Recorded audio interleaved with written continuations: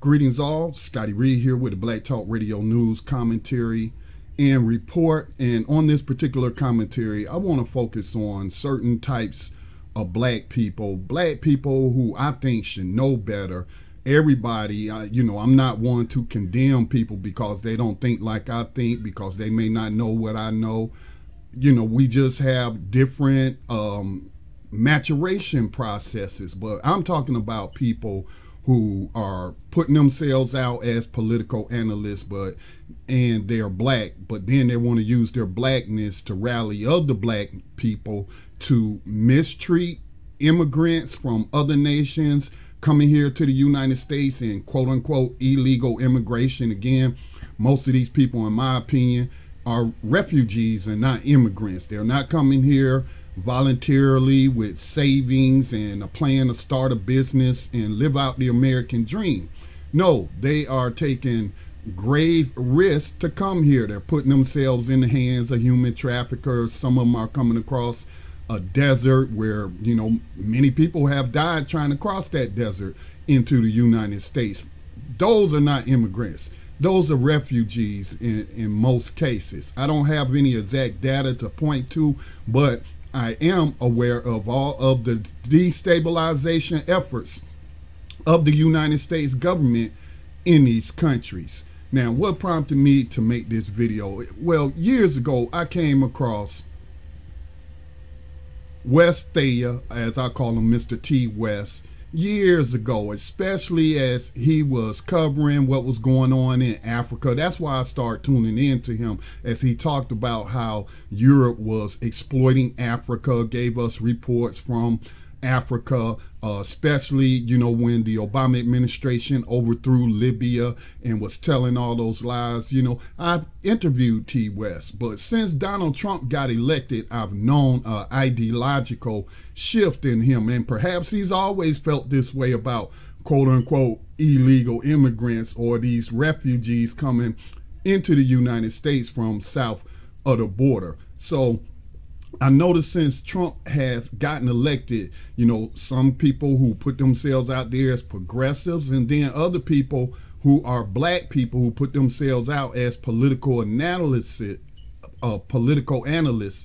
are now on the Trump train when it comes to this immigration crisis that we see occurring, with these children being ripped away from their parents, and then Donald Trump puts out an order saying, oh, we're going to keep them together, as if that's a fix, when what he's doing is throwing them into indefinite detention, more than likely in a private prison facility. I'm sure George Zoli of the Geo Group is scrambling right now to purchase buildings and whatnot so that he can house even more immigrants and what have you, these refugees, and profit from them.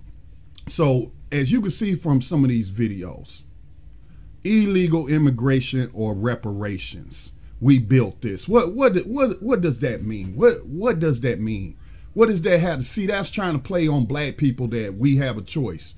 We can either allow Donald Trump to round up these immigrants, throw them into private prisons, throw them in the military concentration camps, throw them into tent cities, or we can ask for reparations. Now, if you think Donald Trump about to give somebody some reparations, if you think the current Congress is even open to reparations, hell, Barack Obama wasn't even open to reparations for African descendant people who are victims of slavery, of American slavery. So no, again, there's a false equivalency. There's no either or. We can be for both. We can be for the humane treatment of these refugees fleeing violence from these destabilized countries, and we can also put pressure on these politicians to finally pay their bill, and that is the bill of reparations. Everybody else got paid reparations except for the victims of American slavery. Now here he is attacking black politicians, likely to be Democrats, as you have this black mayor or this black politician who's saying that, hey, we are not going to allow the Atlanta city jails to be used to detain these immigrants and what have you. So how is West Thea trying to portray it? Oh, she's selling you out. She's selling you out. Give me a break, West Thea. I am a Pan-Africanist. I'm not so much a black nationalist anymore, but I am a Pan-Africanist. And I try to follow the teachings of a number of people, those teachings that make sense to me. And one of the things that Malcolm X said that made a lot of sense to me is that none of us will be free until all of us are free. I think somebody else actually said that, but Malcolm X said something similar. I think Assata Shakur may have said that. But Malcolm X said that we won't get our freedom until we identify with oppressed people all over the planet, whether they're in Venezuela, whether they're in Haiti, whether they're in Cuba, and so on and so on. And that this is a war between the oppressed and the oppressors. And we know in today's modern society, oppressors come in various skin colors. Okay, so like Malcolm was pointing out back then, it's not so much a black and white issue anymore, although, you know, blacks are always going to be enemy number one when it comes to racists and white supremacists.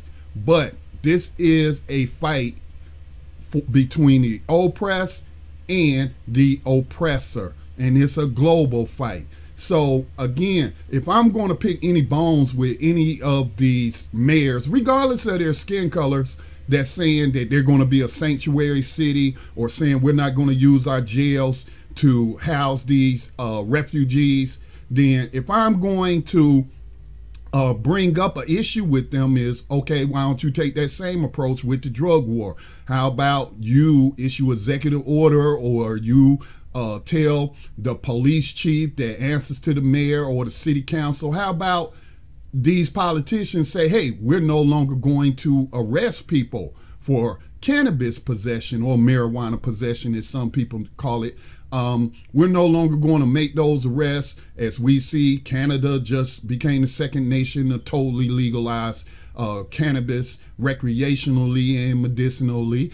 We had Washington, D.C. recently passed the same ordinance. We've seen different states in the United States who have legalized cannabis. So where are these cities or these counties in saying that, hey, you know, we're not going to continue to lock up homeless people for vagrancy, you know, because that was one of the codes that was used to target African Americans after their emancipation. Okay, after 1865, and you had the passage, the so-called ending of slavery, which never ended if you read the 13th Amendment. So that's why I'm making this video. That's why I'm giving you this commentary. I think it is, in my opinion, very disgusting when you start taking on the characteristics of the oppressor, when you start supporting white supremacist policies and you use race to do it. In this case, West Thea's using black people, trying to appeal to black people, you know, using false comparisons. Hey, either we can have illegal immigration, or we can have reparations.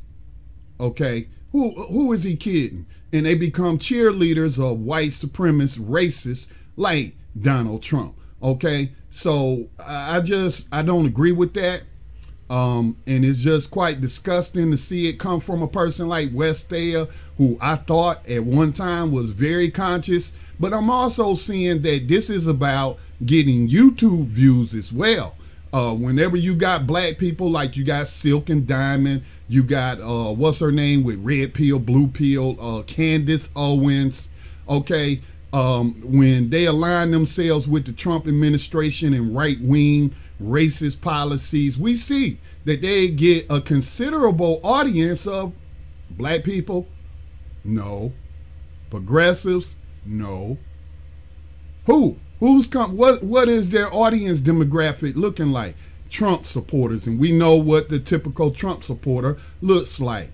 It's the white peasant class that has been used as a buffer between the wealthy, white supremacists, wealthy racist suspects, wealthy white people, the slaver class, using white peasants as a buffer between them and the African slaves, and today between black people.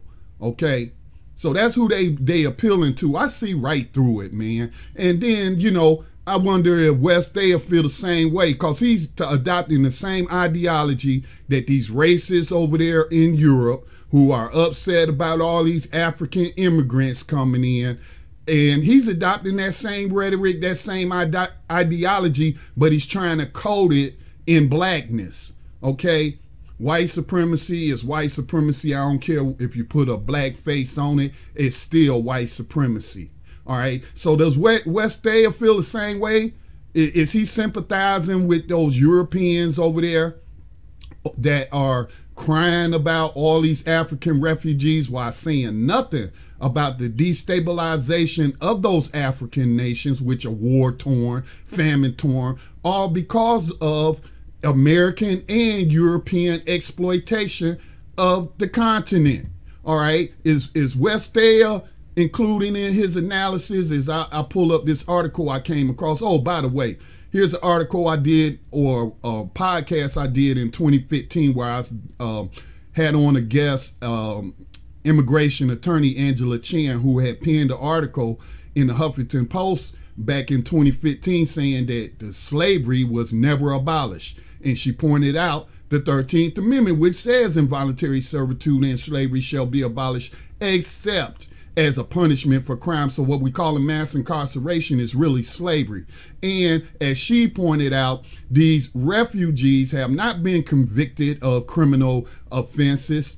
So then the 13th Amendment is being misapplied to them, and they're being enslaved in violation of U.S. law. So that's what you're supporting, West Thea. You're actually supporting the enslavement of these non-white people who are fleeing regions destabilized by the United States government.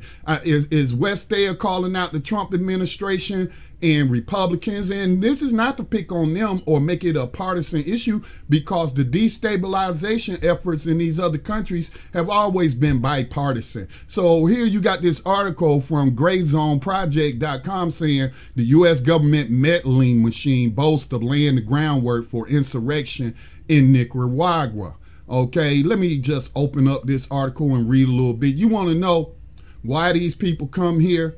It ain't because they want to come here because we got so much freedom and liberty here and this is the land of plenty. No, that's not why they're coming here. They're fleeing life and death circumstances that have been created in their countries by the U.S. government. So and for those that don't know, and I have been seeing some of the reports, that Nicaragua is a violent place right now. All right, so this gives you some background. As Nicaraguan student protest leaders meet with the neoconservatives in Washington, D.C., a publication funded by the U.S. government regime change arm, the National Endowment for Democracy, boasts of spending millions of dollars laying the groundwork for insurrection against Daniel Ortega. Daniel Ortega, I would consider a progressive. All right, some people might throw the label socialist on him, but he was democratically elected. So all you people that's out there whining about some so-called Russian meddling, which I've seen no evidence of, I don't see you calling out the United States government, Democrats or Republicans, for their meddling in these countries, which have been long-standing. They have facilitated some of the worst genocides to ever occur in South America. So it goes on to say, Max Blumenthal wrote this article, while some corporate media outlets have portrayed the violent protest movement gripping Nicaragua as a progressive grassroots upswell, the country's own student leaders have suggested otherwise. In early June, Nicaragua's leading young activists went on a junket to Washington, D.C. on the dime of the U.S. government-funded right-wing advocacy group Freedom House. The Nicaraguan student leaders were there to beseech Donald Trump and other right-wing U.S. government officials to help them in their fight against Nicaraguan President Daniel Ortega. So again, I don't want to get sidetracked with the meddling issue, but again, this has played out time and time again in South America. We could just go across the border to Mexico. We should be considering in our analysis the gun walking scheme of the Obama administration, the ATF, called Fast and Furious, was put tens of thousands, if not 100,000 weapons into the hands of criminal cartels with this scheme that, hey, they're going to murder some people, and then we'll be able to trace the ballistics to these weapons which we have allowed to go across our border into Mexico. I mean, it was a big surge of unaccompanied minors coming here, not because they was coming here for opportunity or because we got so much liberty and freedom. They was coming here fleeing for their lives. So I just find it disgusting when black people try to manipulate other black people and use racist coded language to get you to support, or to try to get black people to support racist, white supremacist, imperialist policies, and they have no empathy for the victims. You want people to consider your humanity, and you rightly should speak out when your group is being abused, but then when you deny the humanity of these people and deny the real circumstances, the facts concerning why they come in here, then I put you in the camp right along with those white supremacists, okay? You're collaborating with white supremacists on a global scale, all right? So anyway, those are my thoughts and comments. Didn't mean to even go on this long, but West Thea, you need to check yourself. I thought you was more conscious than that. And I just really think it's because you're getting all these YouTube views from these white Trump supporters. All right, this has been Scotty Reed with a Black Talk Radio News commentary. Join me and other independent black radio hosts on blacktalkradionetwork.com. And remember to support independent black media, its production, dissemination by making a donation to the nonprofit media organization Black Talk Media Project. This is Scotty. I'm out. Peace.